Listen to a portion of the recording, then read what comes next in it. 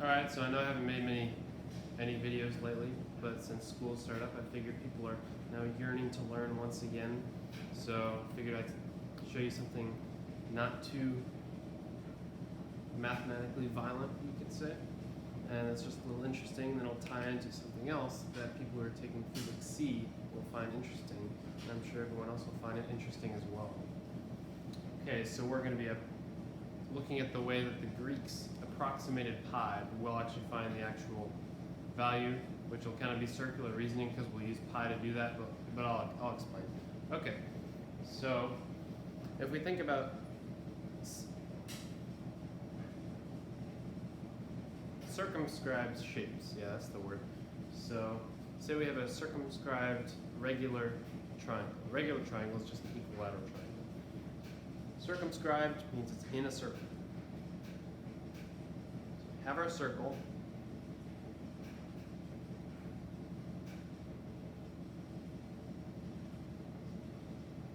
There we go. Triangle. So we know, based on basic geometric knowledge, this angle is 60 degrees, this angle is 60 degrees, and that angle is 60 degrees. Right? So what can we find out about this triangle? Well, if we say that the circle has some radius r, we'll say it has radius 1/2, but I'll explain why later. So it has radius 1/2, okay? So how do we find, say, the side length s? So what we start with is we notice the principle. If we draw angles like this, they go to each of the vertices, something like that. You can see this angle. We call it theta, and theta is equal to 360 degrees, because that's the whole circle, divided by 3, because that's how many sides we're splitting into, because this is one side right here. That's equal to 120 degrees. So if we want to find s, if we draw an altitude from the center to the side, we now have this very nice triangle here. And if we redraw it just so it's more clear,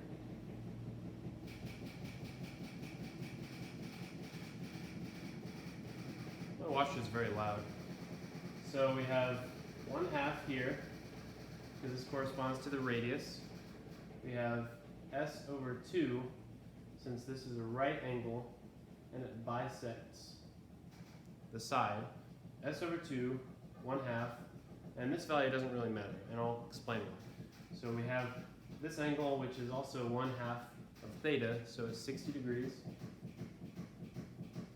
So we can notice there's a relationship. The sine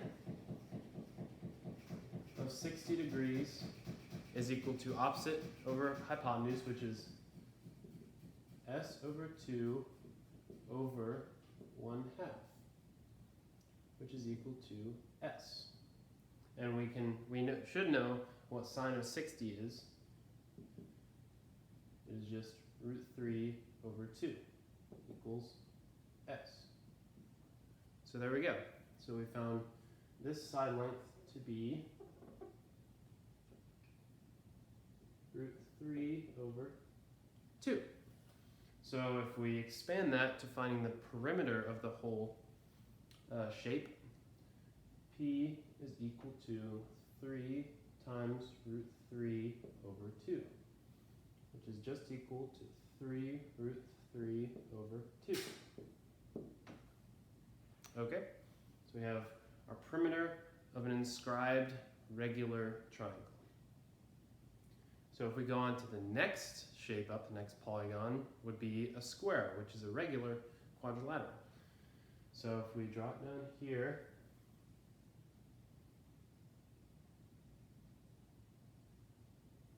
here we go, and we're going to assume we have the same radius, 1/2. So what do we know about this? We know that all the sides of the square, or all the angles of the square, have right angles. And we're going to assume we have side length s still. So if we want to find this length, we can do the similar thing that we did over here. Find angles between two vertices. So we know that this angle will again be 360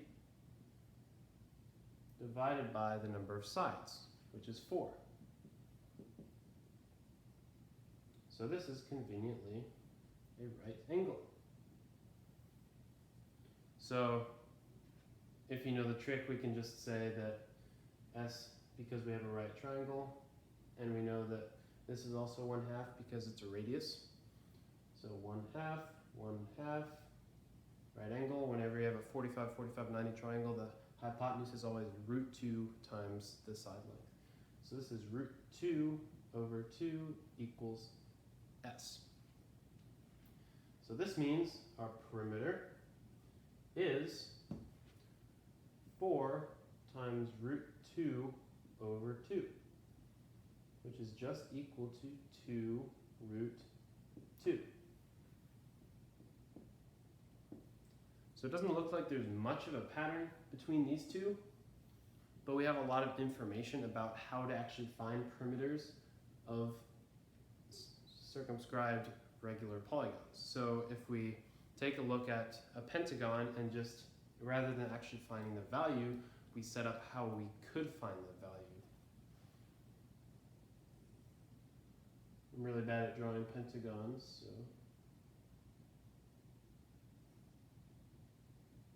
Okay. And for simplicity's sake, we're going to just keep everything in terms of variables. So we'll say this is r instead of 1/2 for now. So we have our r. We do the same thing. We split up this angle to cover two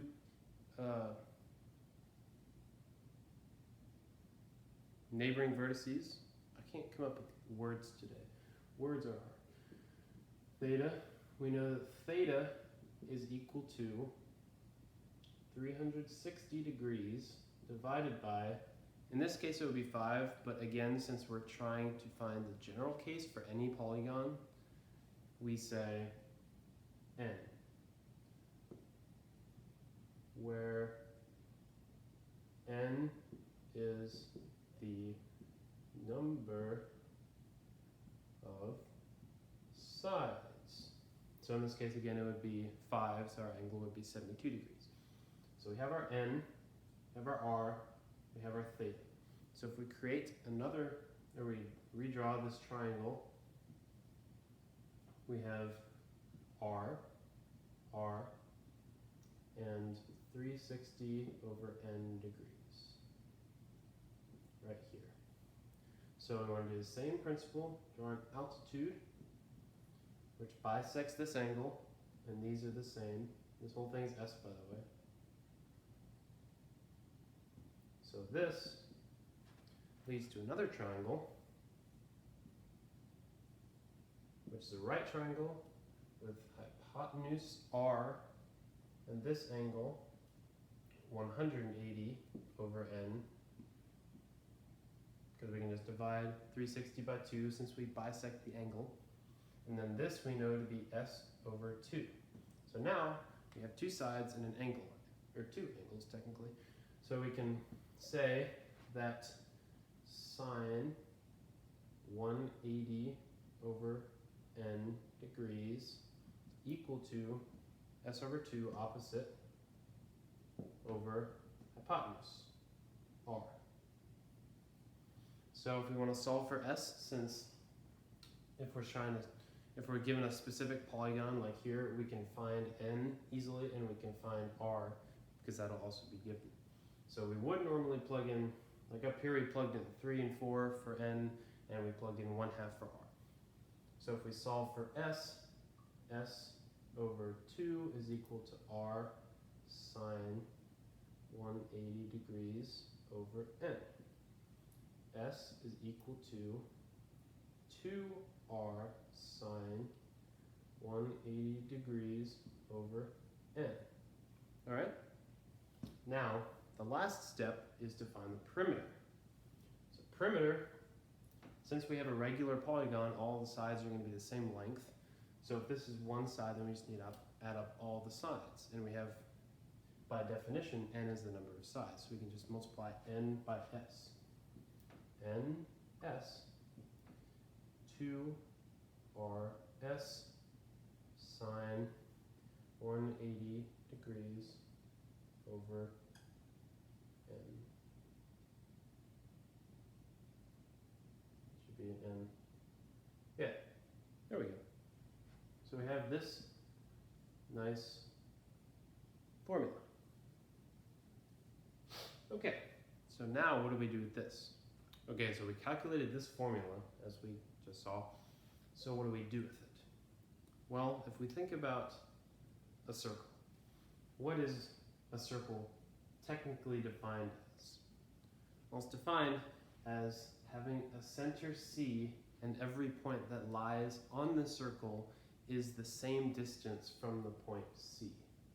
That distance is called the radius. So this point, this distance is r. This point, this distance, that distance is r, etc. And if we want to add a sidebar, this is why we have the formula for a circle in Cartesian coordinates to be x squared plus y squared equals r squared. Because that just means r is equal to square root x squared plus y squared. And that's just Pythagorean Theorem right there. This is the distance formula. So we have this is assuming that we have a center as 0, 0. So we have a point x, y, and the distance from here to here, x, y. So use Pythagorean Theorem and you get r.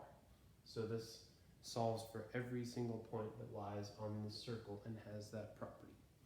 But what else do we know about circles? Well, you have another circle. What happens if you zoom in on the side of a circle, like right here? Well, this looks like that, right? If you zoom in more, it starts to look flatter and flatter, or straighter, I guess. Keep zooming in.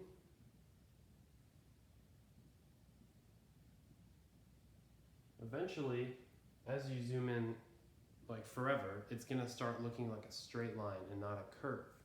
And this is where the calculus starts to come into play. Because we have to deal with the infinite, because the nature of a circle, an infinitely small universe, is just a line. Infinitely large circle is a line. So what we can do using calculus, or not necessarily calculus, just thinking a little abstractly, because the Greeks didn't have calculus, obviously. That came 1700 years later. So what we can do is we can imagine a circle is a regular polygon with an insanely massive number of sides. So this is actually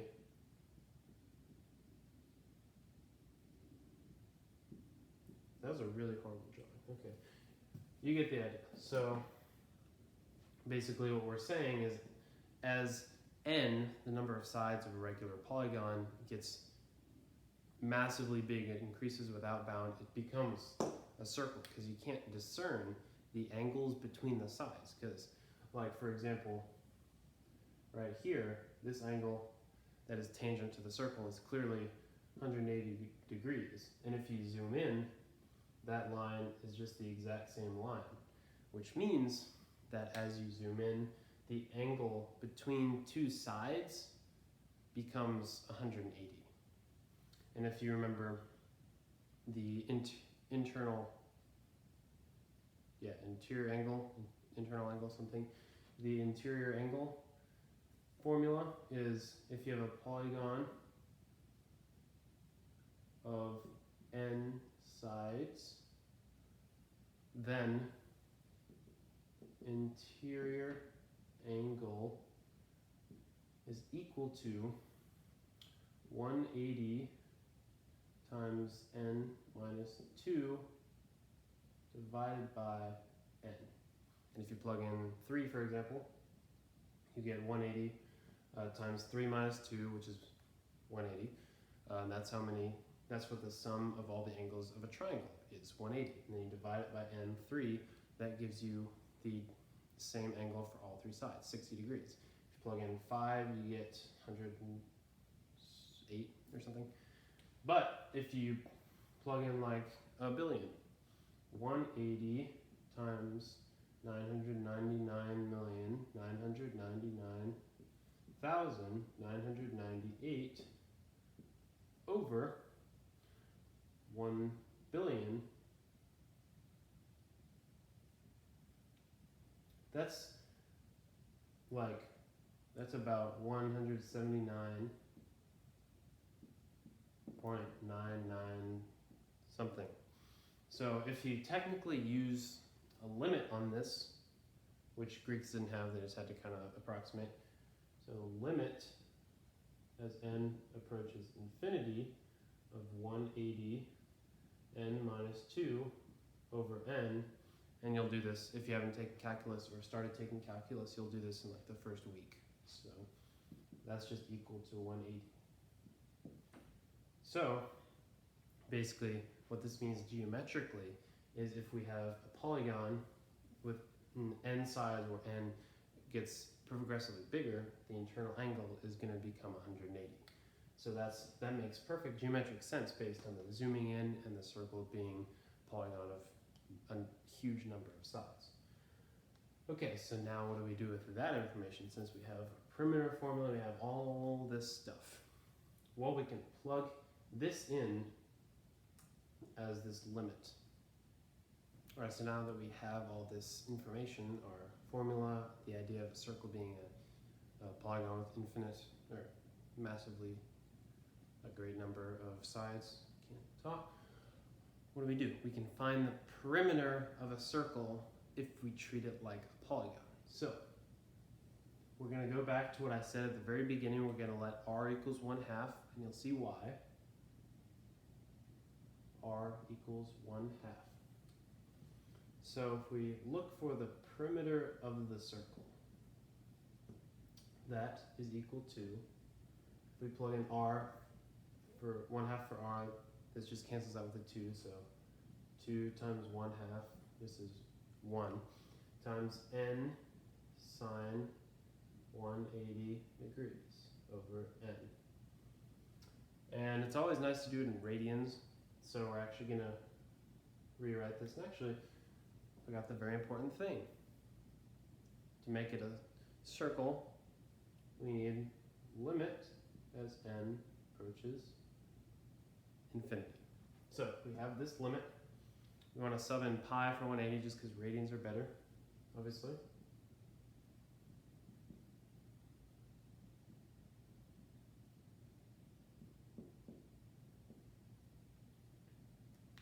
All right, and this is actually a very complicated limit to get into, and I may do it in another video, but the easiest way is to use L'Hopital's rule, which many of you may not know, but we'll just use it and we'll come back, and I may make a later video on a limit like this, how to do it geometrically speaking. So I went in and used L'Hopital's rule. I didn't explain it, but if you want to pause and look at it, that's fine. But we get pi as our perimeter, or the limit approaches pi. So what this says, since we proved here that if we treat it like a polygon, which we can, then the perimeter is proportional to the radius. And if we want to look at 2r is actually the diameter. And if we look at the circle,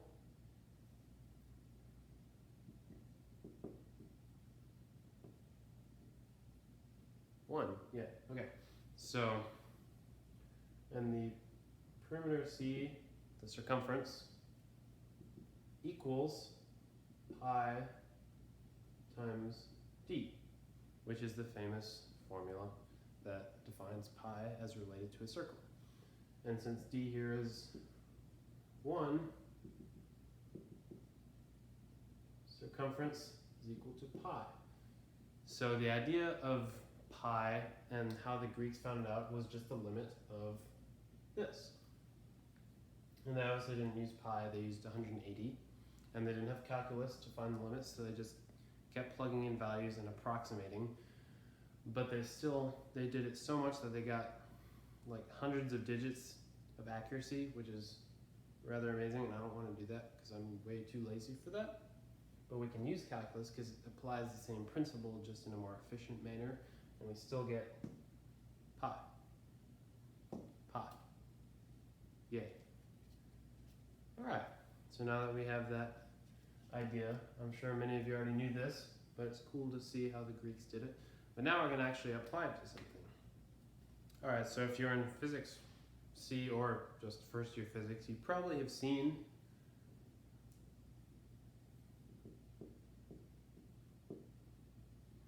this formula. This is the formula for centripetal acceleration, the acceleration that keeps an object in a circular motion. So that as the object moves with velocity v, this acceleration pulls it back at just the right amount so that it stays in this shape without crashing toward the center, without flying outward. So you may have always wondered, where does this come from? That seems kind of weird. So we will have some fun with deriving it and use similar polygonal ideas when we think about circles. So the most fun example, as you may have seen from the title of the video, is the moon orbiting the Earth. So if we have Earth, which is mostly blue, sort of, and we have the moon, like that.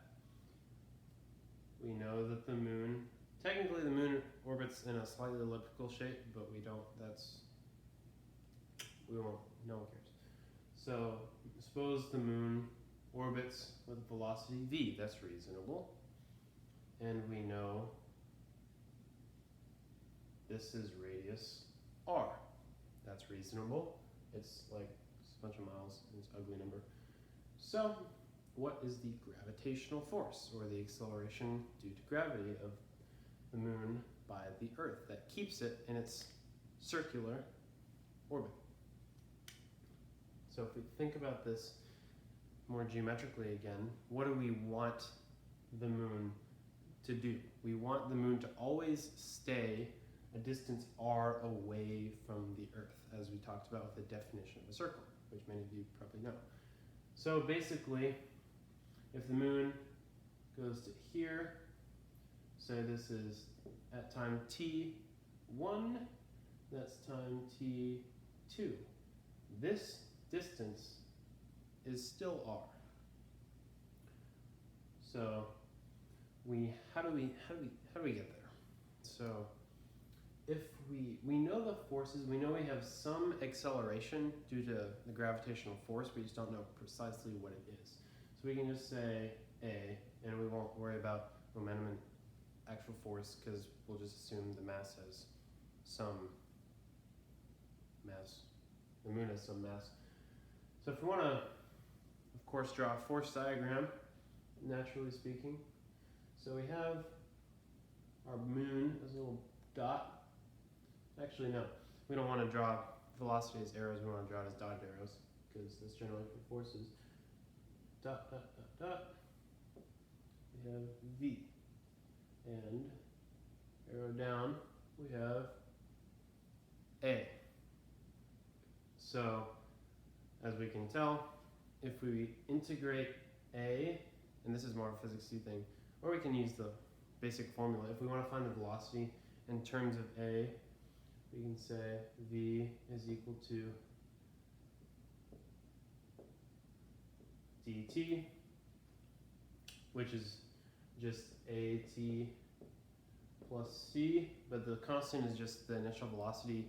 And since this is technically a velocity straight down, we're assuming we didn't have any velocity that way to begin with, so that's just at. So this becomes, now we'll draw solid arrows just because everything's a velocity, so no one cares. So we have v, and we have at. So we can tell, since this is a constant function, this is a linear function, this is a constant function, the velocity vector will go something like that. And once we're at this point, say the Earth was, this is a really horrible drawing for that. It looked more like this. So say the Earth is right here. We know that that distance and that distance is the same. So, as we talked about earlier with circles, this will always be curved because we have an acceleration downward and zero acceleration to the side. But if we zoom in again onto this circle, we have circle, zoom in, little arc, zoom in, it eventually becomes a straight line. So if we want to assume that this is acting at pretty much an instantaneous speed, because, yeah, so the whole net motion, v and at, this will basically just be a small movement just to the right, because, as I said, we're getting to a tiny position on the orbit, so it appears like a straight line. So if we want to redraw this, say we have positions P1 and P2, and obviously if we're drawing a straight line, they'd be much closer together, but just for drawing's sake. So we know we have V, we have AT. Keep forgetting my vector symbols. Don't forget your vector symbols, kids. And we know we have this triangle right here, R and R. So, if we want to be fancy, we're not there yet. What we need is the position coordinates, or just the position, the displacement of this and this, and we can just integrate again. And our constants are still gonna remain 0 because we're starting at some point 0, 0, because it's arbitrary. So v dt is equal to vt, and at dt is equal to 1/2 at squared, both of which should look familiar. So we have this, but now we have a better triangle.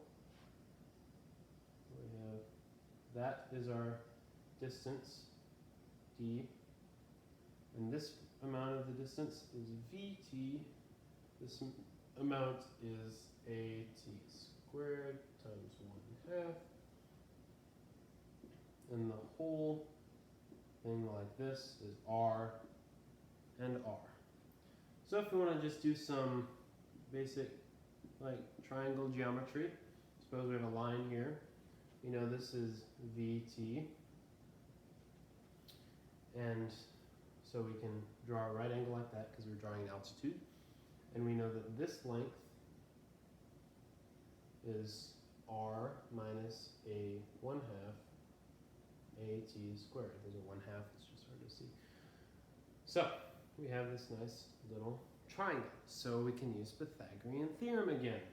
So if we make some room, because it's getting pretty low down there, we can say Vt squared plus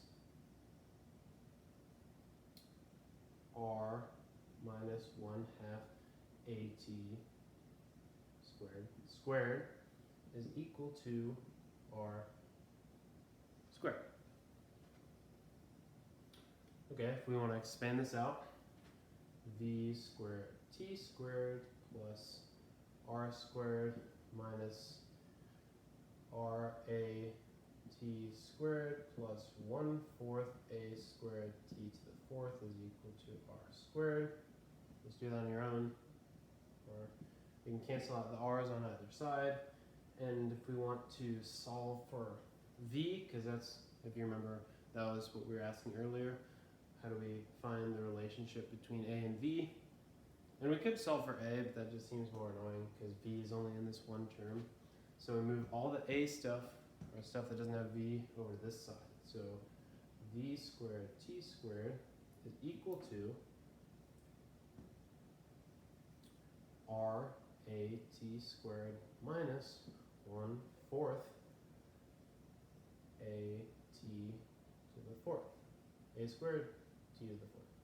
So v is equal to the square root of r a minus 1. Why am I writing like that? And for, yeah, by the way, we can cancel out the t squareds.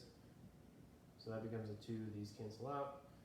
It's equal to the square root of ra minus 1/4 a t whole squared. Okay, this doesn't seem very helpful, does it? But if we remember, we're banking this whole thing off the idea that this is a straight line. And since it's on the circle, the only way it could be a straight line is if we're zooming into a very tiny point.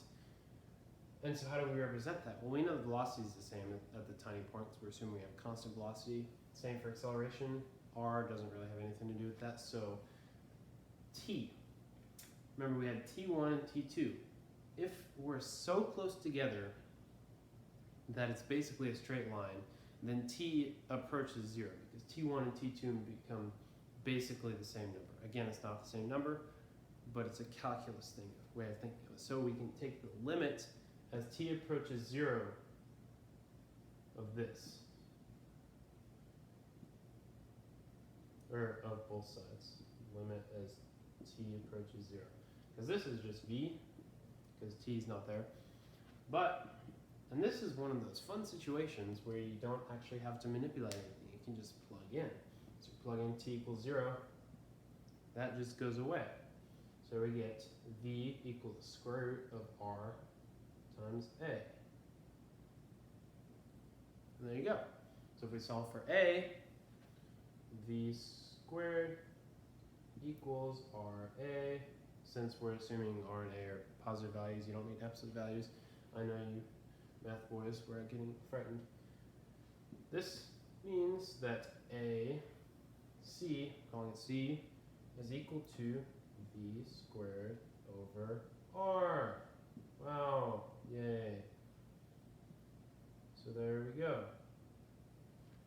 So the way that the ancient Greeks thought about creating pi applies very similarly to how you derive centripetal force, centripetal acceleration, which is interesting, as is everything else on my YouTube channel. So if you have not already, go like, comment, subscribe, and look at other videos, even though some of them are really bad, like my project videos. So don't watch those. But yeah, and a little note about videos in general. I started a few series, one on air resistance, which I'm actually going to stop because we started talking about air resistance in Physics C. And I'm guessing anyone who could potentially be interested in that is in Physics C right now, or they just don't care and they are in Physics C. They're going to learn it either way. And series actually will start up again if I have time, like cool series and integrals, and if you have things that you find interesting or anything like that, you can always let me know and I can make a video on it because I know y'all love my content.